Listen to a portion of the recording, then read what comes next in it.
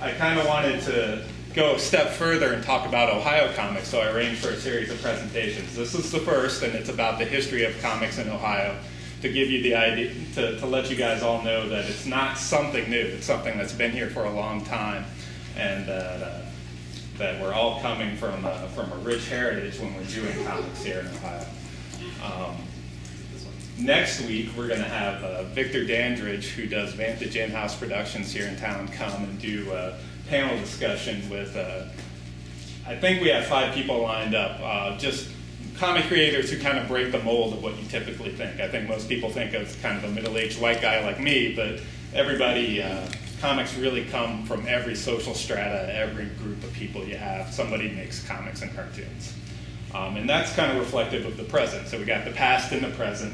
And then on Friday, the Friday after Victor's presentation, I'll have Durf coming down to town to talk about how he's using he used kind of a new technique with the book My Friend Dahmer, where he used a lot of journalistic style and technique in creating that comic book, and how that's maybe one of the new ways that people can start making comic books. So that's it's a slice of the future. It's not necessarily the one future, but the idea is that new techniques are being developed all the time. And comics that you see today aren't necessarily going to be the same as the comics you see going forward. We good? Oh, I think I found that pretty good. So first of all, I'd like to thank the Ohio Art League for allowing me to do this exhibit. For those of you who aren't members or would like to consider membership, since I've joined, I've gotten, I don't know how many opportunities thrown my way beyond the exhibit. Just monthly, they're giving artists opportunities to get their stuff shown in town. So if you're any sort of artist, or even if you just like supporting the arts, please consider taking a membership here at the Ohio Art League. And then, without further ado, Kit McGurk is the engagement coordinator at the Billy Ireland Cartoon Library, which is the largest collection of cartoon materials in the world. She came to town originally as a visiting curator, which was a contract job, I believe, right? And impressed everybody in town so much that we gave her a full-time job. We all voted, so. Yeah, we did all vote, in fact. Yeah. She impressed the staff at the Billy Ireland enough to get a full-time job, which is actually pretty good. So take a compliment. Thank you. And I'll let her jump right into the presentation about where comics came from in Ohio. How they're important. Great. Thank you. Thank you for coming, everyone. I nerves are a little shot due to the technical difficulties, so sorry about that, but we're up and running. And as Ken said, I am Caitlin McGurk. I am here from the Billy Ireland Cartoon Library Museum, which is right down the street. It is the world's largest cartoon art library. I'm not from Ohio originally. I've been here for about a year, but comics are what brought me to Ohio, and what I think are going to bring a lot of people to Ohio over the upcoming years due to some major changes that are going to be happening in the cartoon library, big things that our community is doing, stuff like that. How many of you are from Ohio by a show of hands? Okay, keep your hand up if you're a cartoonist. That's awesome. That's a lot of people. All right, so Ohio, I feel no issue with saying this, but Ohio is the most important state in comics history. And so what I'm going to do today is kind of go over the history of some of the most important people that have come out of Ohio and, a bit of a chronology of it. So let's see, where do I get this? Hold on one second. Let's try to keep working. Here's a drawing of Ohio. So, yeah, like I said, here we are in Ohio. Here is a drawing of all of the famous cartoonists that have come out of Ohio, which don't even all fit into the 2-scale drawing that I've done of Ohio. And as we just saw, a lot of people raise their hands that they're cartoonists too. You guys, your names aren't even in here, which just means there are so many cartoonists from this state. And why is that? There's probably a lot of different reasons, and maybe we'll figure it out during this. You guys probably have your own ideas. I don't know. Here, and I promise this is the last hand-drawn slide in this presentation, is what I have come up with as this great trifecta of the importance of comics in Ohio, all right? So we have the great giants of newspaper comics, the invention of the important newspaper comics from Ohio, the most important superhero in America from Ohio, and the inspiration and sort of start of the underground comics movement, I would argue, and the self-publishing comics movement, all from Ohio, all right? So with this being said, this really important graph with Columbus right in the middle, where a very special institution for comics lives, I would argue that to talk about the history of comics in Ohio is to talk about the history of comics as a whole. So that's what we're going to go over today. So let's start in the very, very, very beginning with this man, Richard Fenton Outcult. He was born in 1863 in Lancaster, Ohio. I really love this picture on the right, just such a cute pose. It's really cool. So Richard Outcult was a young man interested in art, studied art in high school, and was hired by Thomas Edison to actually be a technical illustrator for a while. Lived in Paris when he was traveling with him, and eventually settled down in New York, where he started working for Joseph Pulitzer for the New York World. And he created, oops, wrong way.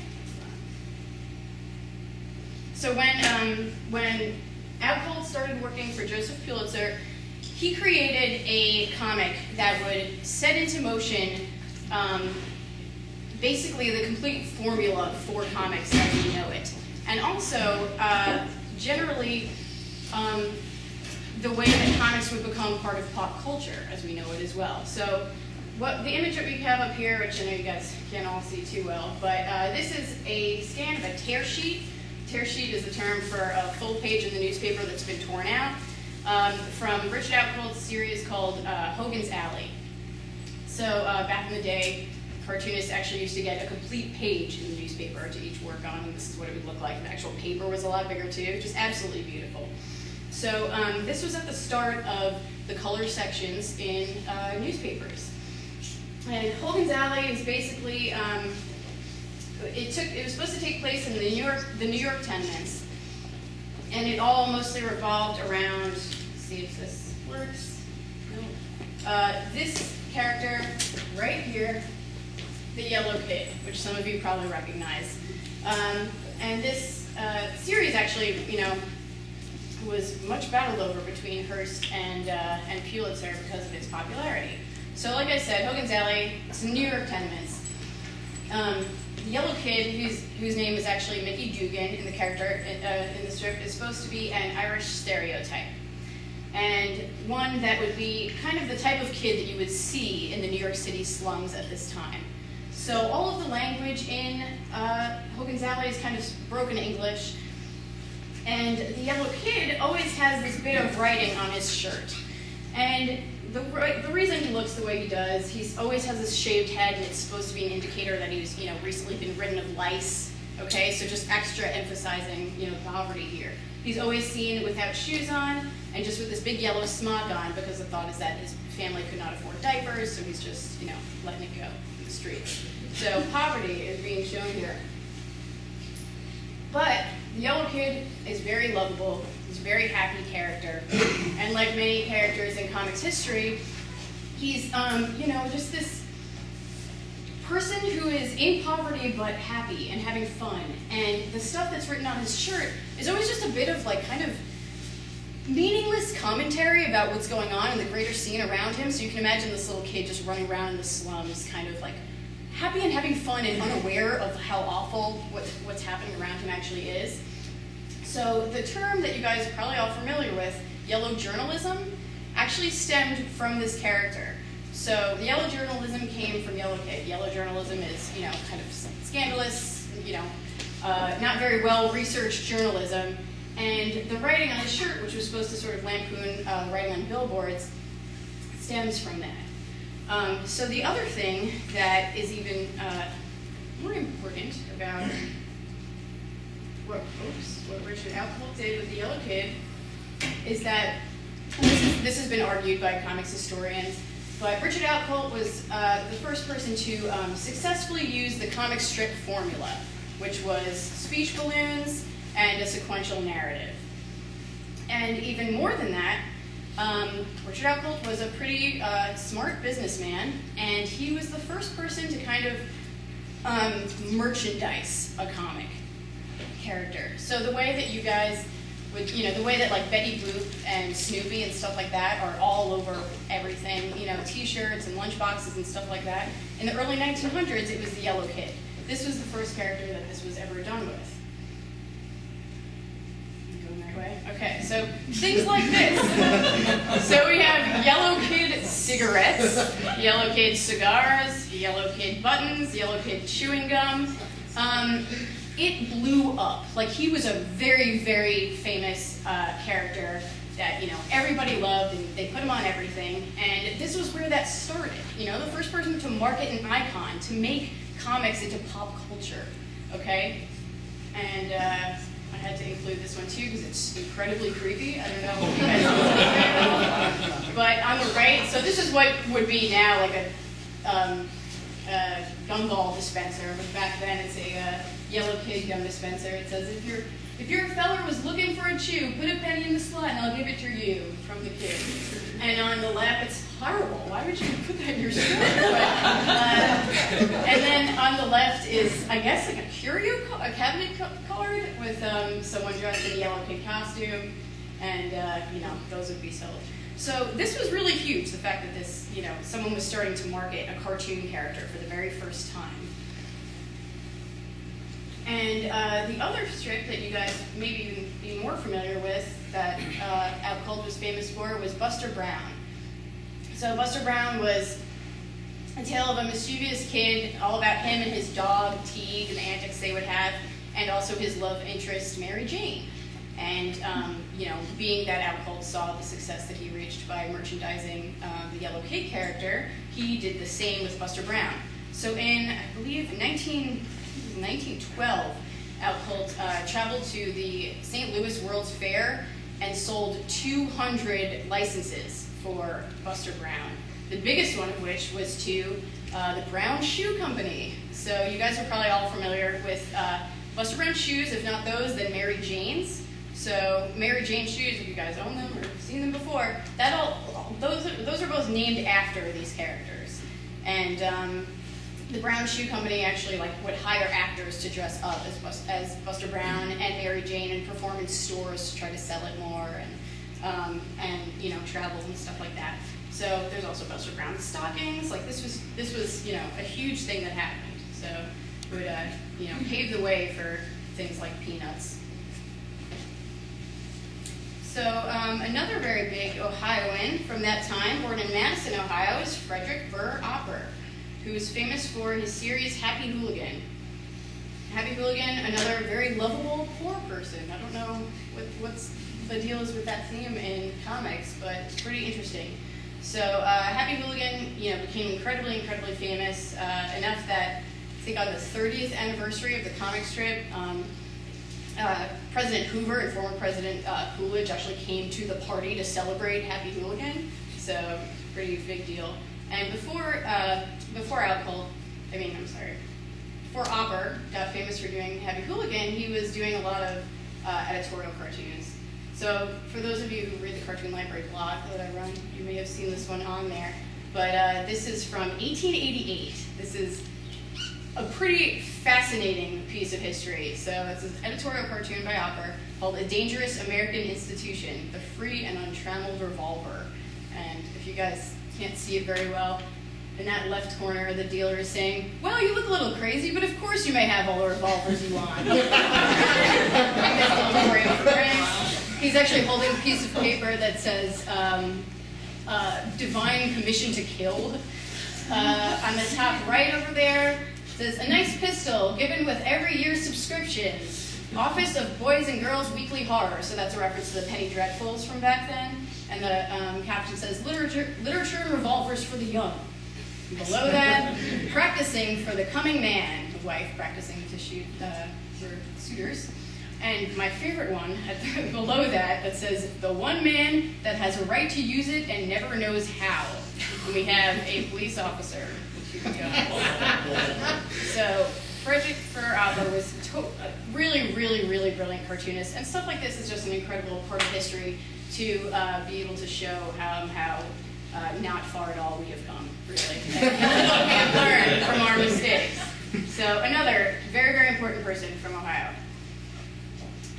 This is a man that many of you now maybe are familiar with, Winsor McKay. All right. So Winsor McKay, not from Ohio, from Michigan, but got his fame through the work that he did in Ohio, starting with the Cincinnati Enquirer. Okay. So one of the things well, I would say the thing that McKay is most known for is being one of the first American animators. So some of you might recognize that panel on the right. That is a original cell that we at the library from Gertie the Dinosaur, Winsor McKay's animation that came out in, I believe, 1914. So Gertie the Dinosaur was not the first American animation, but it was a huge influence on people like Walt Disney, because Gertie was the first animation to include a anthropomorphic character. So Gertie had a human personality, and this was the first time that it would be done, and people like Disney would continue doing this from then on out. And it's a really awesome little film. You can actually see it on YouTube. McKay was also a vaudeville performer, so when he would show this, Gertie would be, the film would be projected on the screen behind him, and he'd actually be standing in front of it interacting with the character, and then he actually drew himself into the cells, so he eventually, she reaches down, he gets on her back and rides away. It's pretty cool. But before reaching his fame for that, McKay was a newspaper cartoonist, and probably the most famous comic that he had was Little Nemo in Slumberland. So a lot of you have probably seen before. Incredible fantasy comic, huge influence on a lot of people. Again, this is what a full page in the newspaper used to look like. Really just amazing, full color stuff. All of McKay's comics deal with, this fantasy and giantism and stuff like that, dream worlds. Apparently he was married to a woman who was a lot younger than him. He's a very, very small man. He was married to a woman who was a lot younger than him, and she was really independent and kind of wild, and they had apparently a very tumultuous relationship, and I've heard it theorized that that's she was also quite taller than him, and that's the reason that he uses a lot of giantism in his comics, apparently, as a reflection of that. So I should also mention now, even though I'll get into the library collection later, that we have the world's largest collection of McKay originals in our library, including a lot of the original cells from Gertie the Dinosaur. So if you're an animation fan, it's a pretty incredible thing to see. But where McKay really got his start was working for the Cincinnati Enquirer.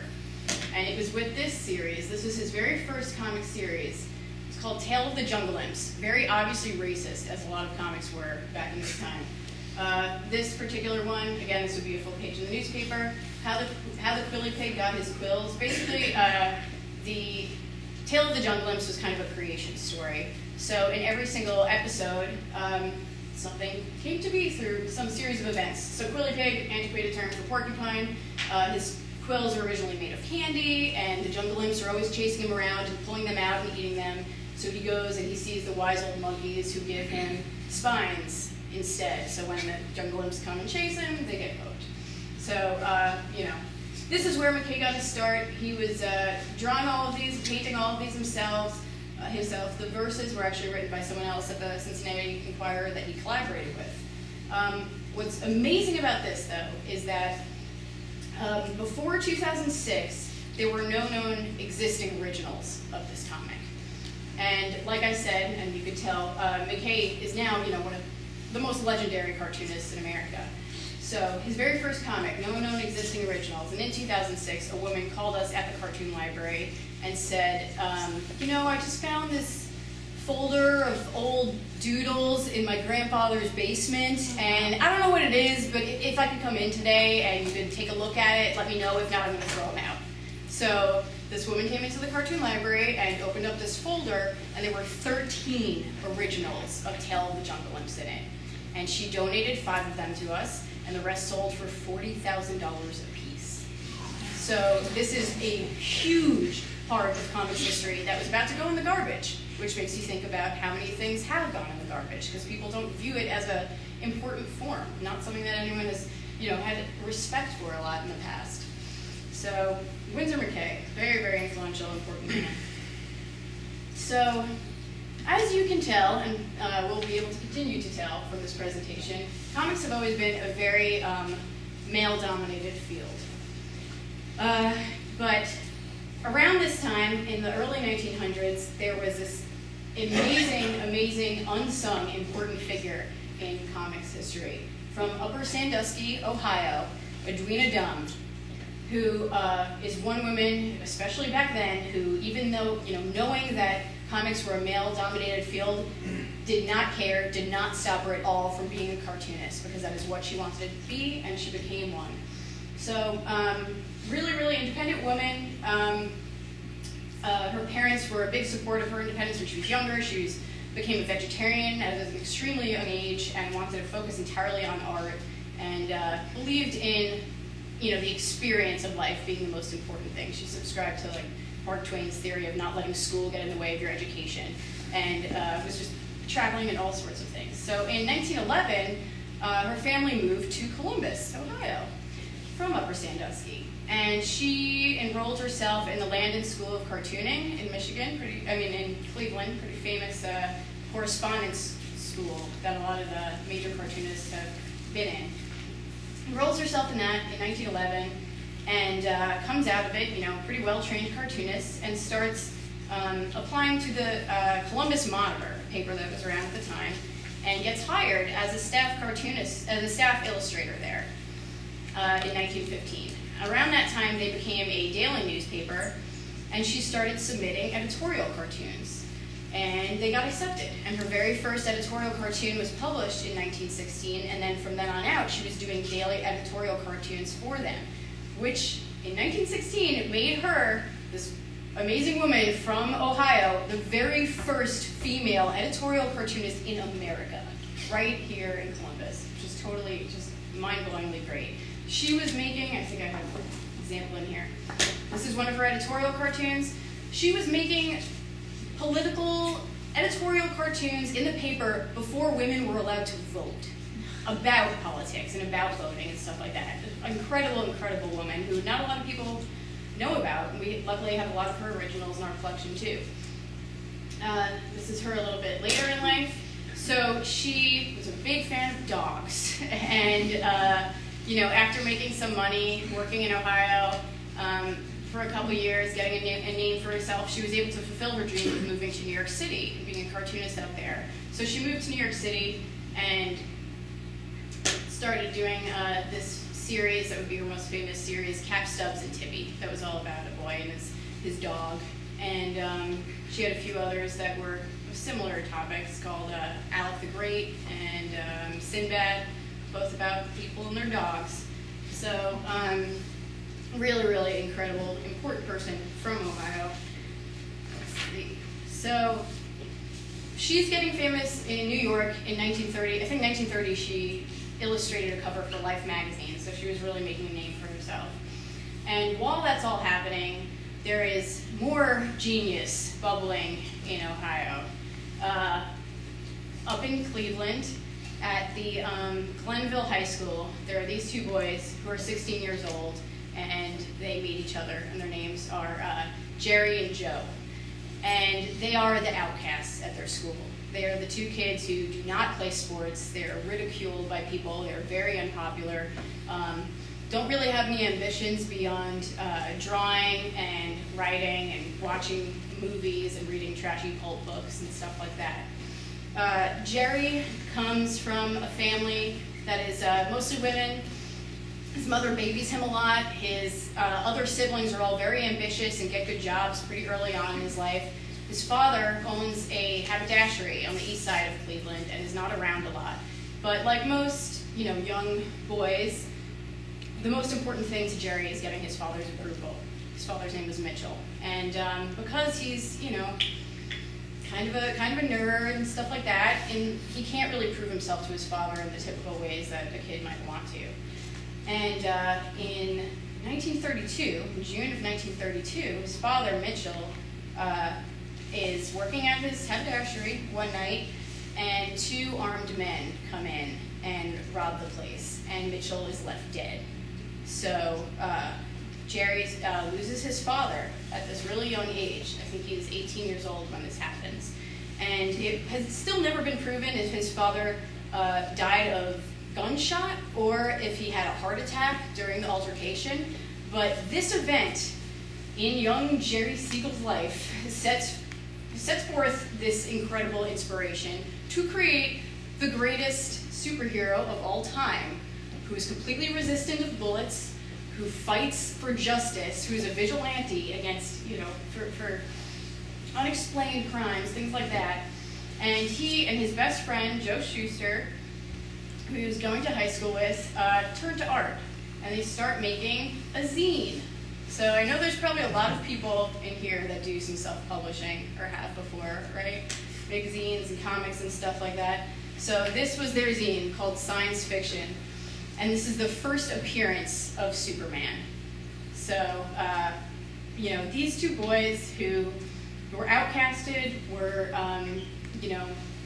not very ambitious in other parts of their lives, just drew all the time and wrote these incredible stories and created this huge superhero in America that was not, didn't come from like patriotic national strengths, but came out of vulnerability of teenage kids on the streets of Cleveland. And this is them a little bit later in life. So, Jerry Siegel and Joe Shuster, the creators of Superman. Over the next 6 years, in the 1930s, they tried really hard to get people to pick up their series about Superman. They were reworking the story. I think Superman originally in this, in this format. The very first appearance of Superman in their zine, he was actually like an evil character, so they reworked him a number of times to figure out what he was going to be and make costumes for him and stuff like that. So eventually in 1938, National Allied Publishing Company, which is the precursor to DC Comics, decides to give it a chance and pick it up. And we have the very first Action Comics #1, the first major appearance of Superman. So a lot of you who are familiar with the Big Two and the way things work with Marvel and DC probably also know a bit about bad contracts and stuff like that. And when Jerry Siegel and Joe Shuster sold Action Comics sold Superman to Action Comics for $130, they sold the rights of Superman over forever. Literally, the word forever was in their contract. Jerry Siegel and Joe Shuster did not make any money off of this, and I think shortly before Jerry died, his last job, he was making like $7,000 a year working somewhere. So anyway, but we're not here to talk about the history of bad contracts, which could be an entire presentation in itself. So anyway.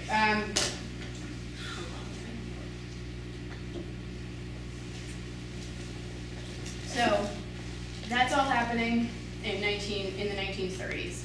In the 1940s, superhero comics are starting to become a much, much bigger thing. And we also have big advancements in newspaper comics. A man named Milton Caniff, who I'm going to talk about later for the sake of this trifecta structure that I've built here. But Milton Caniff is making huge advances in adventure comics and fantasy comics, inspiring lots of other people. And we can flash forward a little bit to the 1960s, still in the Cleveland area. We have this guy. So a lot of you probably recognize him. This is Harvey Pekar.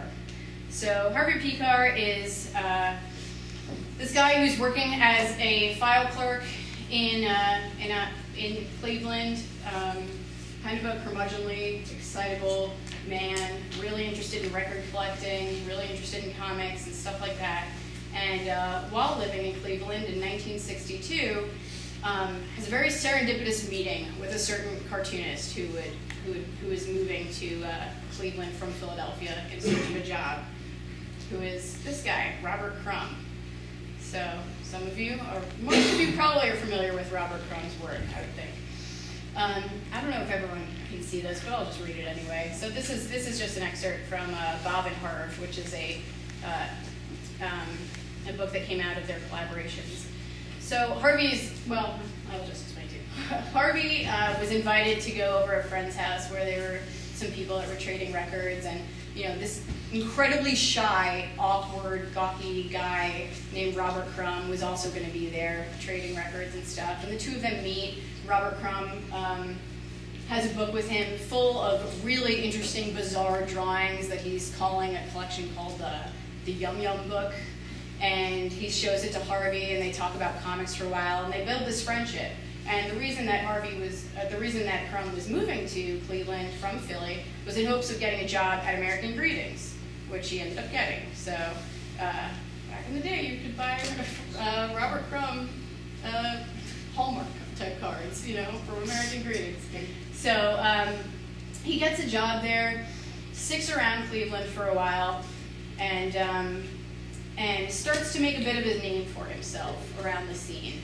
He's getting his name out there. He's showing his artwork to lots of people. He's kind of coming out of his shell. And a really important thing happens as people start finding out about it. So on the top right, it says, people in Cleveland started to get hip to Crumb's artwork and really like it. As they did, he started to come out of his shell socially and started hanging around with the bohemian crowd. So while in Cleveland, Robert Crumb, this shy, awkward kid from Philly, starts taking drugs, which is potentially one of the most important points in comics history. Would the underground comics movement had happened in the way that it did without Robert Crumb first taking drugs in Cleveland? I don't know. It's pretty incredible things I think happened out here. So many of you are probably familiar with his work. If you aren't, just to quickly say, Robert Crumb is kind of considered the father of the underground comics movement. So before the 1960s, comics were mostly superhero stuff, adventure comics, westerns, things like that. Out in California, during the 1960s, a big group of people started making comics that were very heavily influenced by LSD and sex and music and stuff like that, which completely changed the face of comics.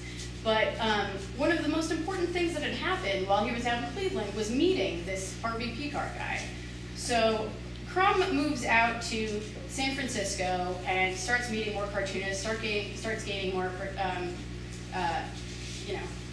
popularity, but still stays in touch with Harvey and comes and visits him a lot. And in the 1970s, Harvey,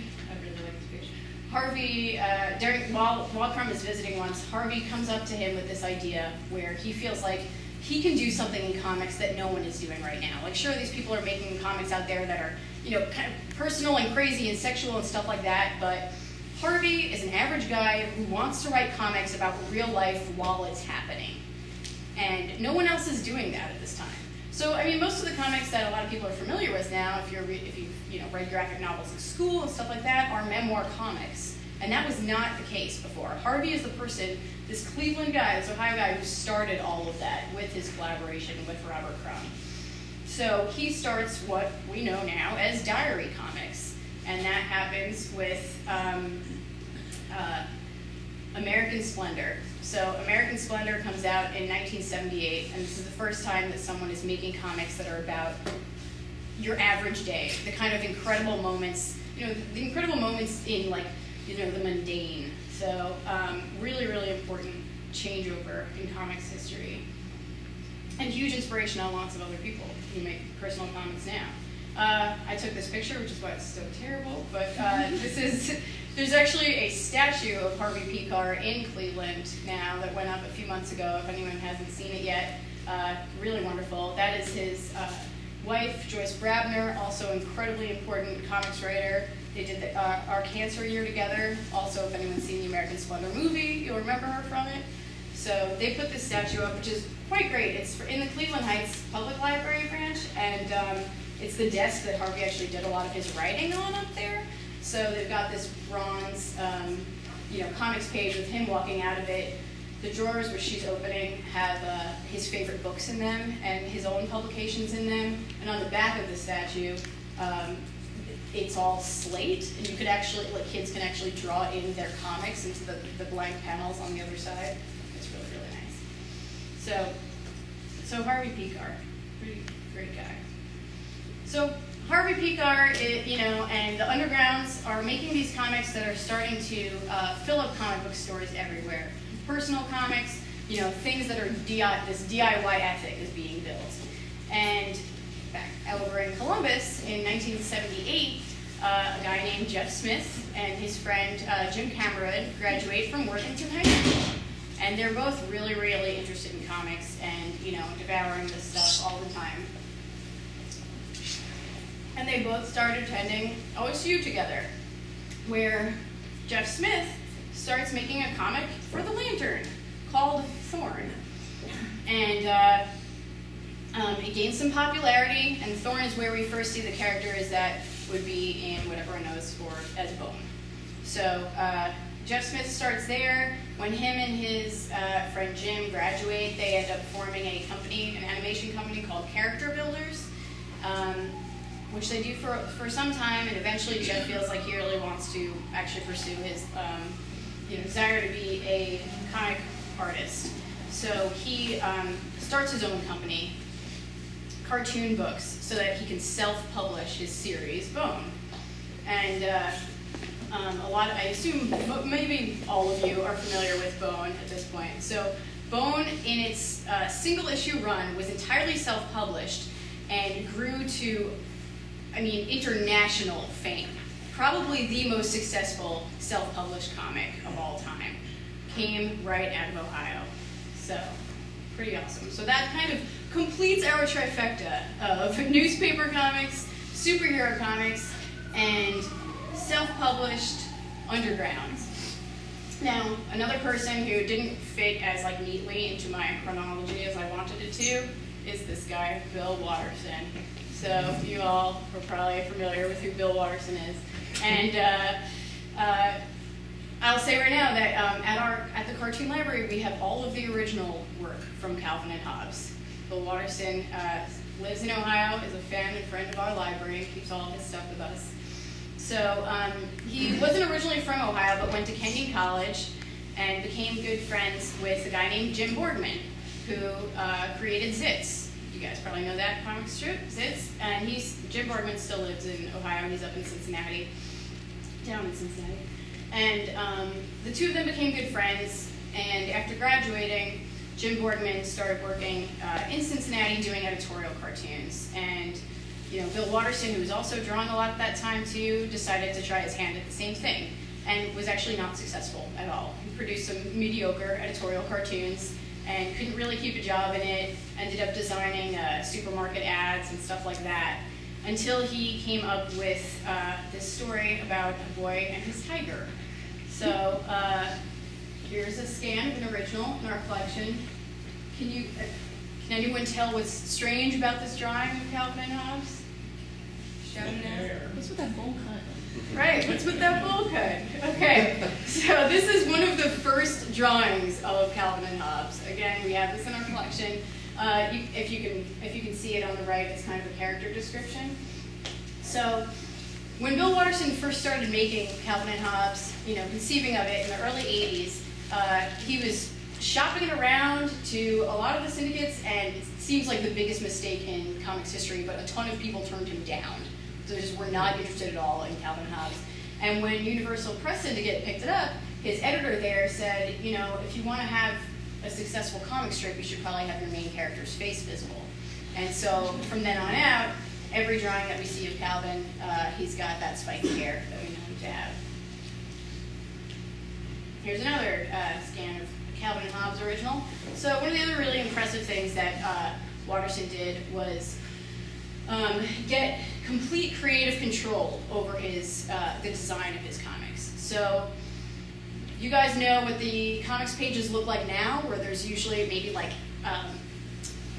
8 to 10 strips shoved onto one page. I think you were saying that you measured peanuts this morning, and it was an inch and a half or something? Inch and an eighth. An inch and an eighth, okay. So the reason that newspapers like to have cartoonists work in that boxy format, the long title panel and then the smaller ones after that, is because they can shrink things down and they will stay to scale. They can arrange, take panels and put them on the next line so that they can fit as much stuff as possible onto that page, as many advertisements as possible. Because comics, cartoonists don't get the freedom of that full page layout like they used to. So as Calvin and Hobbes, gets more and more successful and popular, Bill Watterson feels like, he was really, totally admired and was envious of the freedom that cartoonists like Winsor McKay had on the comics page, and these beautiful layouts they were able to do. So he says, I'm just going to completely cancel doing Calvin and Hobbes in general if you do not let me have total creative control. And because of its fame, of course they did. And so we end up having gorgeous pages like this. You don't see anything like this in the page anymore. The only other person in contemporary times that was able to do that was Berkeley Brethren, so Boone County Opus. So yeah, thankfully we ended up with really gorgeously designed things like this page. So that kind of brings us to now. We have lots of amazing cartoonists in Ohio working now. People like Carol C. Tyler, Durf, who's going to be here next week. Is that next week? 2 weeks from now. Durf. Okay. Wrote a book called My Friend Dahmer. If anyone's not read it yet, you really, really should. A lot of it takes place here, or parts of it take place here in Columbus. So, Justin Green, people like that, and all of you who are doing really incredible, small press works here. So, to talk a little bit about the major institution that makes Columbus a particularly unique place in the world of comics, the Billy Ireland Cartoon Library and Museum, which is where I am here from. So, as Ken said, we are the world's largest museum of cartoon art. To show you guys what I mean by the world's largest, here are some statistics. We have 450,000 original cartoons, 45,000 books, so graphic novels and collections, stuff like that. 67,000 serial titles, which include 29,000 of what you'd think of as regular comic books, single issues, and 3,000 linear feet of manuscript materials, which include all of the paperwork related to a cartoonist's life, correspondence, fan letters, stuff like that, and 2.5 million comic strip clippings and tear sheets, which all came from one man. Some of you might be familiar with Bill Blackbeard. That's that one. So we are the world's largest. We are right down the street, and I hope that a lot of you have been there or will come and visit in the future. So I'll talk a little bit about the way that we got started and two of the other most important cartoonists to come out of Ohio. It was with this man. This is a baby photo of Milton Caniff. I mentioned him before, but a lot of you may have heard of him. This is an image of Caniff with our founding curator, Lucy Caswell, and an original page from Tarian and the Pirates. So Caniff was a really, really famous cartoonist in the newspapers for adventure comics. He was also a OSU alum. So he graduated from OSU in 1930, went on to make Tarian and the Pirates and another strip called Steve Canyon that earned him incredible fame. Really, really beloved strips. And when he decided to start retiring from cartooning in the 1970s, he felt like he owed a lot of his success in his career to the education that he got at OSU. And at that time, because of the way that people have perceived comics throughout history, no major institutions were collecting this kind of material. It was not considered worth archiving at an institutional level at all. So when it went to OSU, the libraries actually turned it down at first. And it went straight to the journalism department and sat there for a little while. Luckily, this woman, Lucy Caswell, happened to be over there in the journalism department and recognized the importance of this kind of material. So she and Milton Caniff, over the next 10 years that he lived, worked to establish one of the first collecting cartoon art libraries and museums.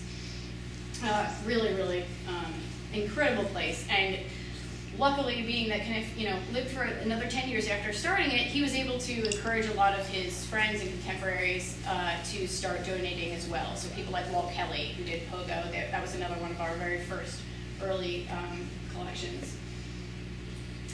Very proud alum. I think this is painted in the cartoon room in the Union. If any of you have been in there, this is a little piece that Caniff wrote about his days at OSU. And when we first started, like I said, it was in 2 converted classrooms in the journalism department, and it started as the Milton Caniff reading room before we began to acquire other collections. This is an image of him in there. And for those of you who aren't familiar with this stuff, this is a scan of an original from Tarian the Pirates. So again, this would be a full page in the newspaper. Tarian the Pirates was an adventure strip that took place in the mysterious Orient and was all about a female pirate. He's well known for his use of chiaroscuro, so really highly contrasted art, and also incredibly cinematic panel angles. This would be a Sunday page. There'd be about half of this for the rest of the week.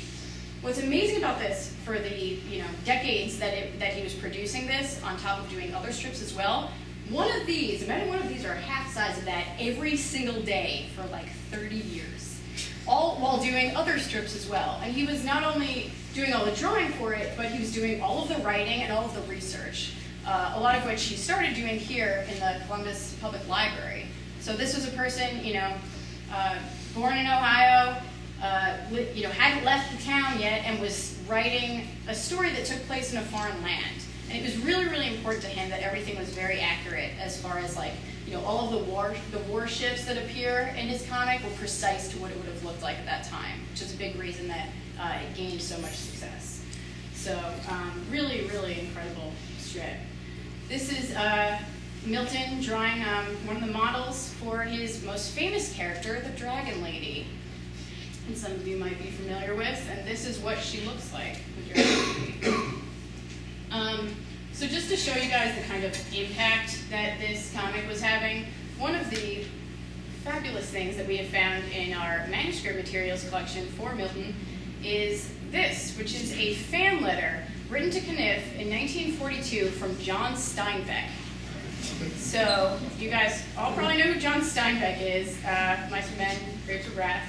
And I'll just read you guys some of this if I can see it on here so that you can see the influence this was having. Dear Mr. Caniff, you may not know it, but you have warmed old bones and breathed on gray embers. You have caused sap to flow that I thought had forever gone into income tax and property settlements. It is a serious thing, this one last striptease of the delightful and deathless Dragon Lady. So he's writing about that character I just showed you.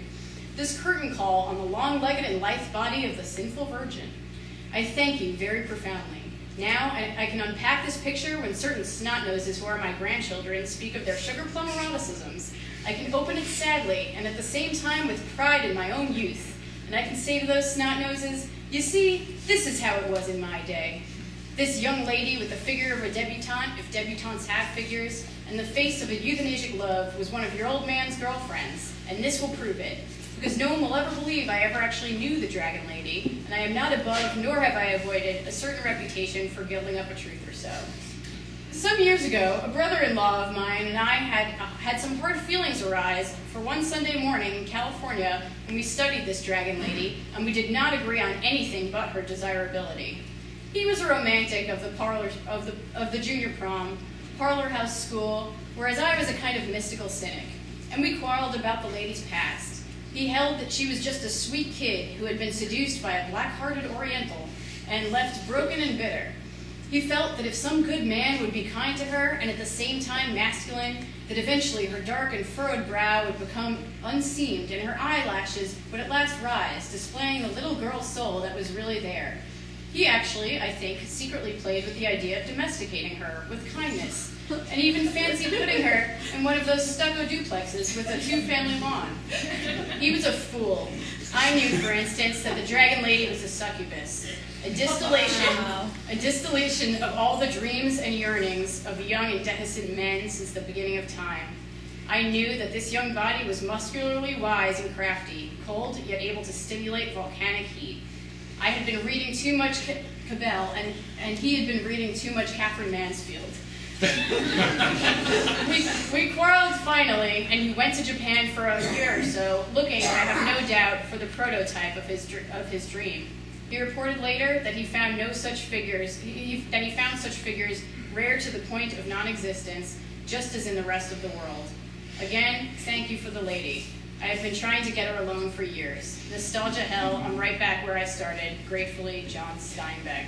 So, this is a love letter about a fictional character. And it's really weird and intense. But that just shows you, I mean, the impact, how important this comic must have been, how well read it must have been for someone like John Steinbeck to be writing a letter like this to a cartoonist. It's just huge. Milton Caniff, very big deal, very important person. So his other famous series was Steve Canyon, another great newspaper adventure story. One of the most important facts about this is that Steve Canyon was the first strip that Caniff actually owned himself. So Tarian the Pirates, even though it was hugely famous, again with bad contracts, Caniff owned no part of Tarian the Pirates. So he would end up making a lot of money off of Steve Canyon, and it was much more longer running and merchandised. So again, like with what the Yellow Kid had started, things like Steve Canyon board games and toys and stuff like that. Comics as pop culture, that took off. So a perfect segue here. When Caniff was in school at OSU, like I said, he graduated in 1930, and he really needed to get a job to pay off his education. So he started knocking on the door at the Columbus Dispatch of a man named Billy Ireland, who was a cartoonist at the Columbus Dispatch, and asking him for a cartooning job. And Billy kind of turned him away at first and said to him, if you can make me a comic that'll make me jump out of my seat, then maybe I'll give you a job. And this is actually the scan of the comic that Caniff ended up making for Billy to prove himself. So Billy Ireland ends up hiring Caniff for his very first cartooning job at the Columbus Dispatch. And, unfortunately, but Billy Ireland stayed very local cartoonist, and Caniff's fame would kind of go on to overshadow Ireland's history, but they always stayed very close, and,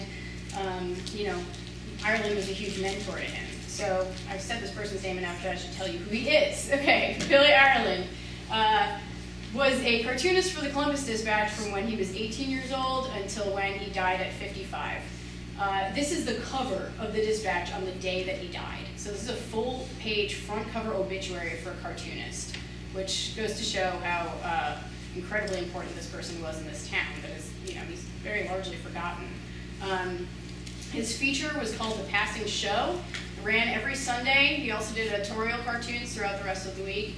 And The Passing Show basically commented on everything and anything that was going on in Columbus. So sports events and politics and fashion, things like that. He really, really, really loved this city. Very important place to him. He was entirely self-taught and incredibly talented. Here's, I think he was one of the early people to illustrate Carmen Ohio. So those of you who went to Ohio State know the man who got here. Carmen, that was Billy Ireland's rendition of her. Some drawings that he's done of the places around Columbus. This is the corner of Grant Avenue and State Street. Just showing the life. And one of the other things that Ireland felt really strongly about was because he loved this city so much, he felt like people should take more pride in beautifying it. So he was constantly talking about Reconstruction and things like that in The Passing Show. So here's a full page of what it would look like. Down on the bottom right, this is a detail. So I'll just read this to you. It says, these people are driving the car and they're saying, "This is Columbus, just look at that awful riverfront." So you probably recognize this is, I would say, Lane Avenue, right? Going over the bridge. The National Highway, the road used by more tourists than any other in America, crosses the river at Broad Street.